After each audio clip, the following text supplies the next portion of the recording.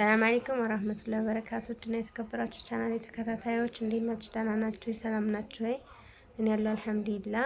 እናንተ እንዴት ናችሁ? ስራ፣ ጤንነት ሁሉ ሰላም ነው ወይ? ከኛ ጋር አልሐምዱሊላህ። ሀገራችንም ሁሉም ነገር ሰላም ነው። እናንተ ጋር እንዴት ነው? በርቱ፣ ጠንክሩ። ቪዲዮዬን ላይክ በማድረግ ጀምሩት ውድ እህቶቼ።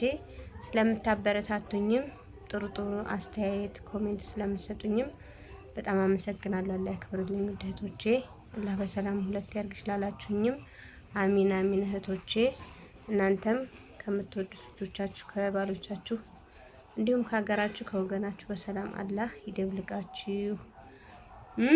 እኛ ያየነውንም እዩ ማለት ሀገራችን ማለት ነው።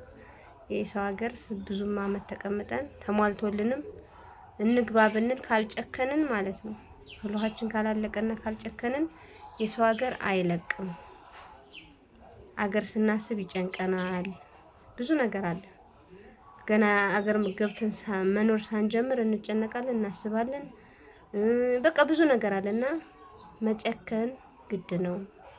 ምክንያቱም ለፍተን የልፋታችን ውጤት ፍሬው ያው ማቴሪያል ወይ ገንዘብ ቢሆንም ከገንዘብ በላይ ደግሞ ልጅ ነው። ምክንያቱም ጤና ካለ ገንዘብ መልሶ መገኘት ይችላል።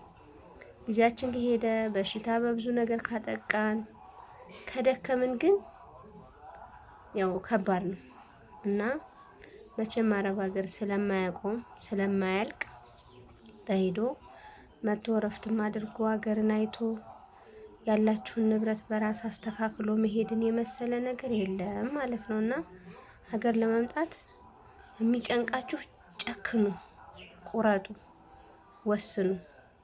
ምንም የኑሮ ውድነትን ኑሮ ተወዶ ሰው የሚበላው ወጥቶ የተሰደደ ምንም ነገር የለም። የተሻለ ነገር ለማግኘት በሚለው ነው እንጂ ማለት ነውና 8 9 10 አመት የኖርን ደግሞ ቦታም ቤትም ሊኖረን ይችላል። አብዛኛው የሚሰደደው ለዚህ ስለሆነ ማለት ነው መብላት አቅቶት ሳይሆን እና ደግሞ ሀገሬ ላይ ስኖር እንደ ቤቴ እንደ ድሮ መኖር እችላለሁ።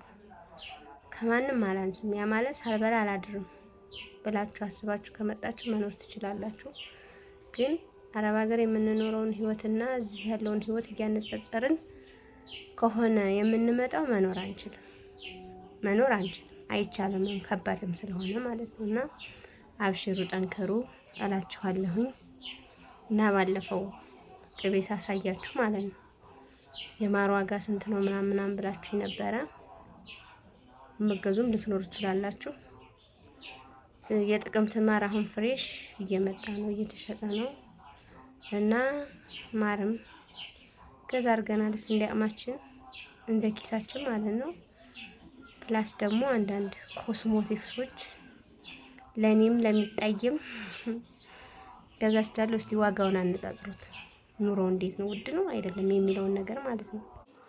ይሄ የምታዩት ፍሬሽ ወለላው ከስር ነው። እኔ ብዙ ወለላ ስላልፈለኩ ነው።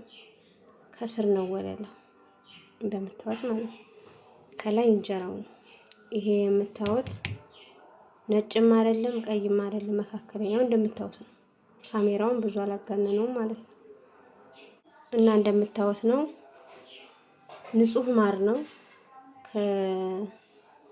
በዚህ በሰኮሩ መስመር ነው የመጣው፣ ከሰኮሩ መስመር ማለት ነው። እና ንጹህ ማር ነው። አሁን ላይ ማር ያለው ይሄ 1200 ነው የተገዛው ማለት ነው። ከሳምንት በፊት 1200 አሁን 1300 እያሉ ነው። ያው ግን የውቅ ማር ነው። የሚያውቅ ሰው ወይም ደግሞ ቀፎ ያለው የምናቀው ሰው ያመጣልን ማር ስኳር ስለሚጨመርበት የውቅ ማር ይጠይቃል። እና አሁን ላይ ያለው እኔ ስገዛው 1200 ነው። አሁን 3 እያሉም ነው። 2ም ሊሸጥ ይችላል። ንጹህ ማር ነው። ምንም ቅልቅል የሌለው የውቅ ነው ማለት ነው። እና ውድ እህቶቼ እስቲ ደግሞ ዛሬ የገዛኋቸውን ኮስሜቲክሶች አሳያችኋለሁ እና ዋጋውን እስኪ እዩት። የኑሮ ውድነት አለ ምናምን የሚለውን እስኪ አነጻጽሩት። እኔ ኑሮ ውድነት አለው ብዬ አልገምትም። እና እስኪ እያንዳንዱን ዋጋቸውን ነግራቸዋለሁ። ውድ ነው፣ ርካሽ ነው፣ አሪፍ ነው፣ ጥሩ ነው፣ ዋጋው ደህና ነው፣ አንጨናነቅም ምናምን የሚለውን ነገር ደግሞ እስኪ ታውታላችሁ። ይሄ የምታዩት ግሪሲሊ ነው። ይሄ የጠርሙሱ ነው። የፕላስቲኩም አለ። ይሄ የጠርሙሱ 80 ብር ነው። ያው የሚጠቅመው ጧትና ማታ ውርጭ እንትን እንዳይለን ማለት ማታ እንቀባዋለን። እግርና ፊታችንን ለብርድ ይከላከላል ማለት ነው። ስንጥቅጥቅ ምናምን ብልዝልዝ አያረገንም ማለት ነው። ጥቅሙ ይሄ ነው። ይሄ ደግሞ ካካዋ በተር ነው። ለእጅና ለሰውነት ለፊትም ይሆናል። እዚህ ጋር እንደሚለው ከጀርባው ማለት ነው። ይኸው ሃንድ ፌስ ኤንድ ቦዲ ይላል እዚህ ጋር ማለት ነው። ለእጅ ለፊትና ለሰውነት ማለት ነው። እና ይሄ ደግሞ 400 ምናምን ብር ነው። 410 ይሁን 420 ከሁለት አንዱ ነው። ረስቸው ነው። ከዚህ ያነስ ያለው ደግሞ 300 ምናምን ብር አለ። ይሄ ደግሞ ቅባት ነው እንደምታዩት ይሄ ማለት ነው።